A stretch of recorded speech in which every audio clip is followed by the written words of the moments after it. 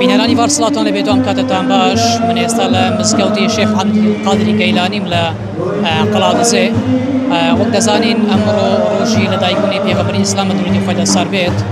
هەڵبەتە لە سنووری ئیدارەی ڕاپەڕین بە دیاریکراوی لە قەزای پشدەر لەم مزگەوتە هاوڵاتیان لە سەرجەم چین و توێژەکانەوە ئەم یادە بە بەرز ڕادەگرن.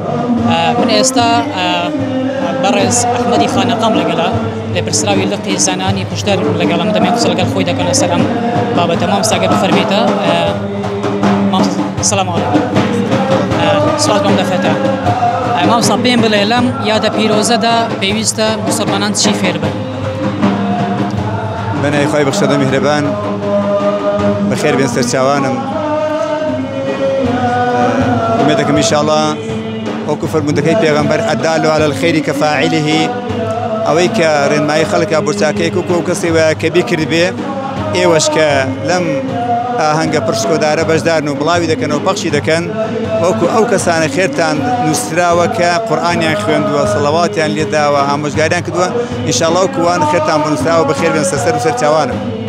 ئێمە ساڵانە وەکو لقی پشدەری یەکێتی زانایانی ئیسلامی کوردستان لەگەڵ ئەوقافی قەڵازە لە ڕۆژی 12 ڕەبیع الأوەلە کە یادی لەدایکبوونی پێشەوامان حەزەتی محەممەد المستەفایە صلی الله عليه وسلم ئەم یادە پرشکۆدارە بەڕێزەوە ڕادەگرین و زیندوی ئەکەینەوە بە ئاهەنگێکی جەماوەری کە سوپاس بخوا خەڵکی قەڵازە زۆر بە جۆش و خڕۆش و بە قەڵباڵێکی زۆرەوە هەتا لە مزگەوتەکانم وای لە هاتۆ جێگامان نەبێتەوە بەشدار دەبن.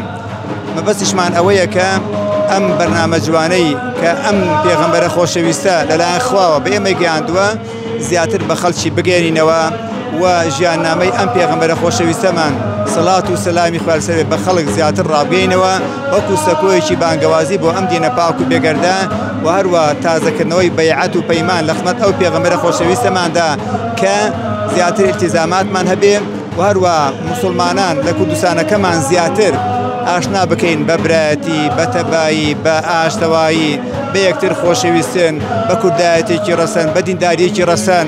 ئەوەی کەوا تا ئێستا لەسەری هاتووین نەیگۆڕین هەم لە بواری دینداریدا هەم لە بواری کوردایەتیدا بە شێوەیەکی جوان بە هیوای ئەوەی کە خوای تەبارەک و تەعالا لەو یادە پیرۆزەدا بەرەکەت بەسەرماندا ببارێ و دەوڵەتی سەر بەخۆمان پێکەڕەم بکات و ئەم برایەتی بخاتە نێوانمان، دینێکی جوان وەکو هەمان لەسەری بەردەوام بین و تەفرەقە و دووبەرێکی لە بینماندا لابچێ.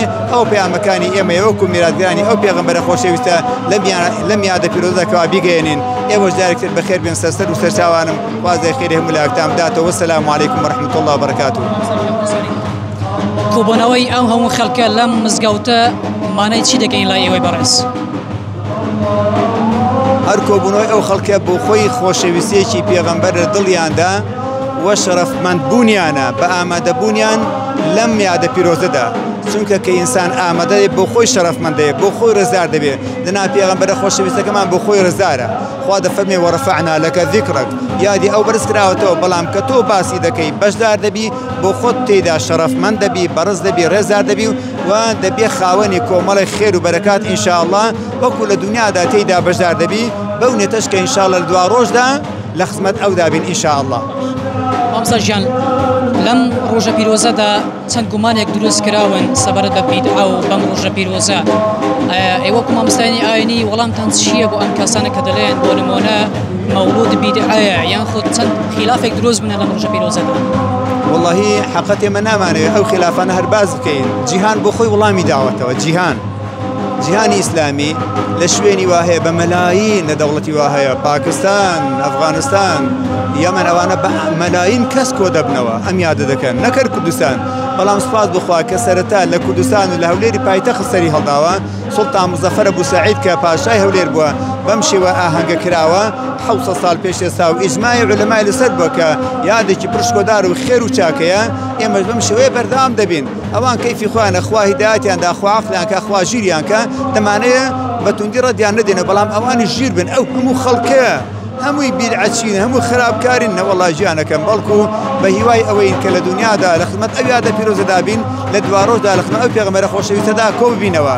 دوعای خێریش بۆ ئەوان دەکەین. ئومێد دەکەم ئینشاءڵڵا ئەم کوردستانەمان تەفرەقەی تێ نەکەوێ، بە تایبەتی لە بواری کوردایەتی، لە بواری دینداریدا هەمووی بران موسڵمانین ئەم پێغەمبەرە خۆشەویستە پێغەمبەرمانە قیبلەمانێکە ئاخر هەمووشتمانێکە بۆ ئەم تەفرقە دەبێت لەسەر چی لەسەر یادێکیاوە پیرۆز کاکەیان بێدەنگ بە مەیکە قەیدنانە ماوتۆرە بەڵام لە ئێمەشگەڕێکەوە سەکۆیەکی بانگەوازیە ناسینە پێغەمبەرە زیاتر کارێکی زۆر چاکە هەر کار لەوە چاتر نابێخواز دەخیر ملاکمەم داتەوە چاوەکەمی ئێوەش بخێنە سەر چاوان بەڵێ ئەمە قسەی بەڕێز مامۆستا ئەحمەدی خانی بوو هەڵبەتە لە سنووری ئیدارە ڕاپەڕین ساڵانە ئەم یادە بە بەرز و شکودا ڕادەگیرێن هاوڵاتیان لە سەرجەمتی توێژەکانەوە بەشداری ئەم یادە پیرۆزە دەکەن قسەی کۆتایی ڤار دەیکات.